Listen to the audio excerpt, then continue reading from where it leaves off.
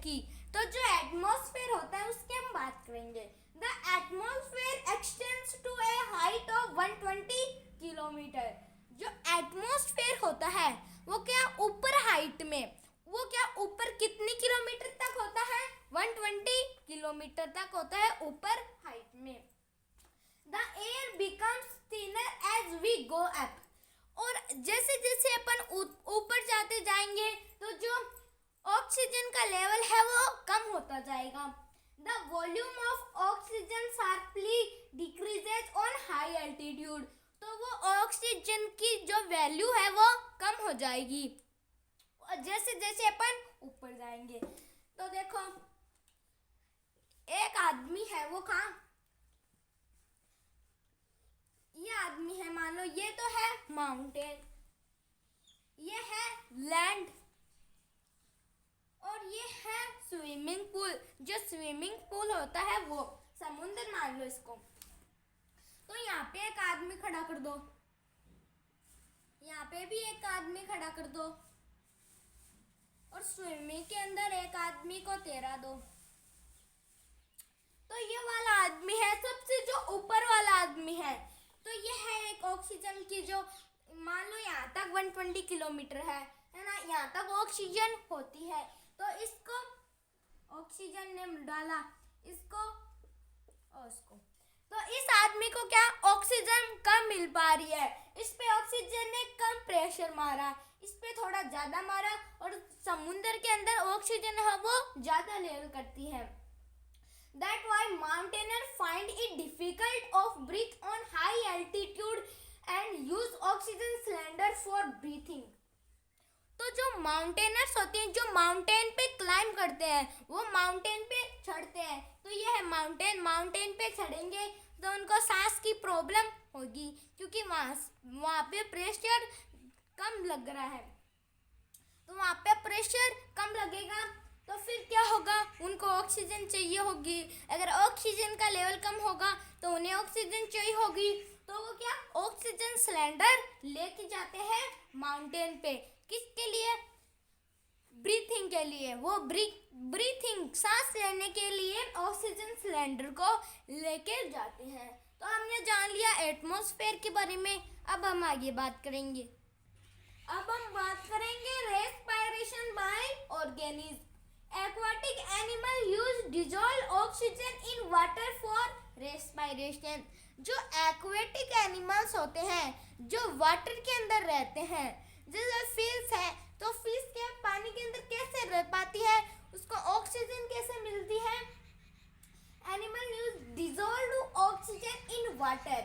जो एनिमल्स होते हैं वाटर के अंदर जैसे फिश है तो फिश वगैरह जो एनिमल है वो उसके अंदर ऑक्सीजन मिक्स हो जाती है, वाटर के अंदर ऑक्सीजन मिक्स हो जाती है, इसी के लिए जो एनिमल्स है वो ऑक्सीजन ले पाते हैं। Plants use carbon dioxide and oxygen for their survival. और जो प्लांट्स होते हैं, प्लांट्स क्या कार्बन डाइऑक्साइड लेते हैं and oxygen for their survival, और वो ऑक्सीजन छोड़ते हैं। तो अपन ने फिर ऑक्सीजन ले लेते हैं, अपन ऑक्सीजन लेते हैं और कार्बन डाइऑक्साइड छोड़ते हैं, और प्लांट्स कार्बन डाइऑक्साइड लेते हैं और ऑक्सीजन छोड़ते हैं। इसलिए अपन एक दूसरे से डिपेंडेंट रहते हैं, निर्भर रहते हैं। The organism which are living plant under the soil such as root. और जो कुछ एनिमल्स होते हैं जैसे रैट है, स्नेक है, तो वो क्या मिट्टी तो बहुत नीचे है तो उनको ऑक्सीजन क्यों मिलती है, तो उनको फिर वो जो ऑक्सीजन है वो सोयल के अंदर भी मिक्स हो जाती है। और वो खाना क्या खाते हैं, वो जो प्लांट्स की रूट है तो उनसे उनको थोड़ी बहुत धूप मिल जाती है, उन प्लांट्स की जड़ों से उनको वाटर भी मिल जाता है, इसी के लिए वो जमीन के अंदर आसानी से रह पाते हैं, जो लिविंग ऑर्गेनिज्म होते हैं। तो हमने जान लिया रेस्पिरेशन बाय ऑर्गेनिज्म। अब हम जानेंगे कि जो एयर के क्या क्या यूजेज हैं। अब हम बात करेंगे यूजेज ऑफ एयर। जो यूजेज है एयर के उनकी हम अब बात करेंगे। Atmosphere protect from harmful sun rays and ultraviolet rays. जो सन की रेज होती है वो हार्मफुल होती है। तो सन की रेज हार्मफुल होती है तो हार्मफुल गैसेस से अपन को कौन बचाता है? हार्मफुल गैसेस से अपन को जो हवा है, जो एयर है, वो हमें हार्मफुल गैसेस से बचाती है। Moving air help is disappeared of seed of plant air is compressed in tyres of vehicle. Moving air help in disappear of seeds of plant। जो मूविंग एयर, जो हवा है, तो हवा घूमती रहती है और वो हेल्प करती है dispersal of seed of plant को मूव करने के लिए। तो प्लांट्स भी इसी की वजह से, जो एयर है इसी की वजह से जो लिविंग बीइंग्स होते हैं वो जिंदा रह पाते हैं, और जो प्लांट और सीड है वो भी। Air is compressed in tire of vehicle which make their movement smooth। तो जो एयर है, तो हम क्या, जो टायर होता है व्हीकल का, जैसे साइकिल है तो साइकिल का टायर हो गया, तो उसके अंदर भी अपन को हवा देनी पड़ती है।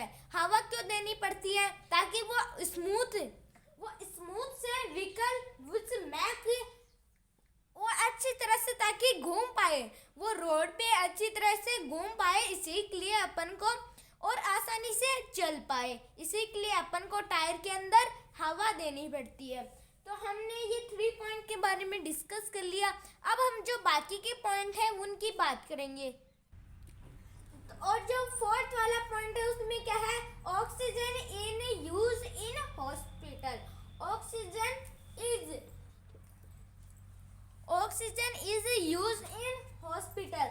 जो ऑक्सीजन होती है वो कहाँ पे यूज की जाती है? ऑक्सीजन हॉस्पिटल्स के अंदर यूज की जाती है, ताकि जो मरीज होते हैं उनको अच्छे से ऑक्सीजन मिल सके। Fast moving wind help in sailing boat.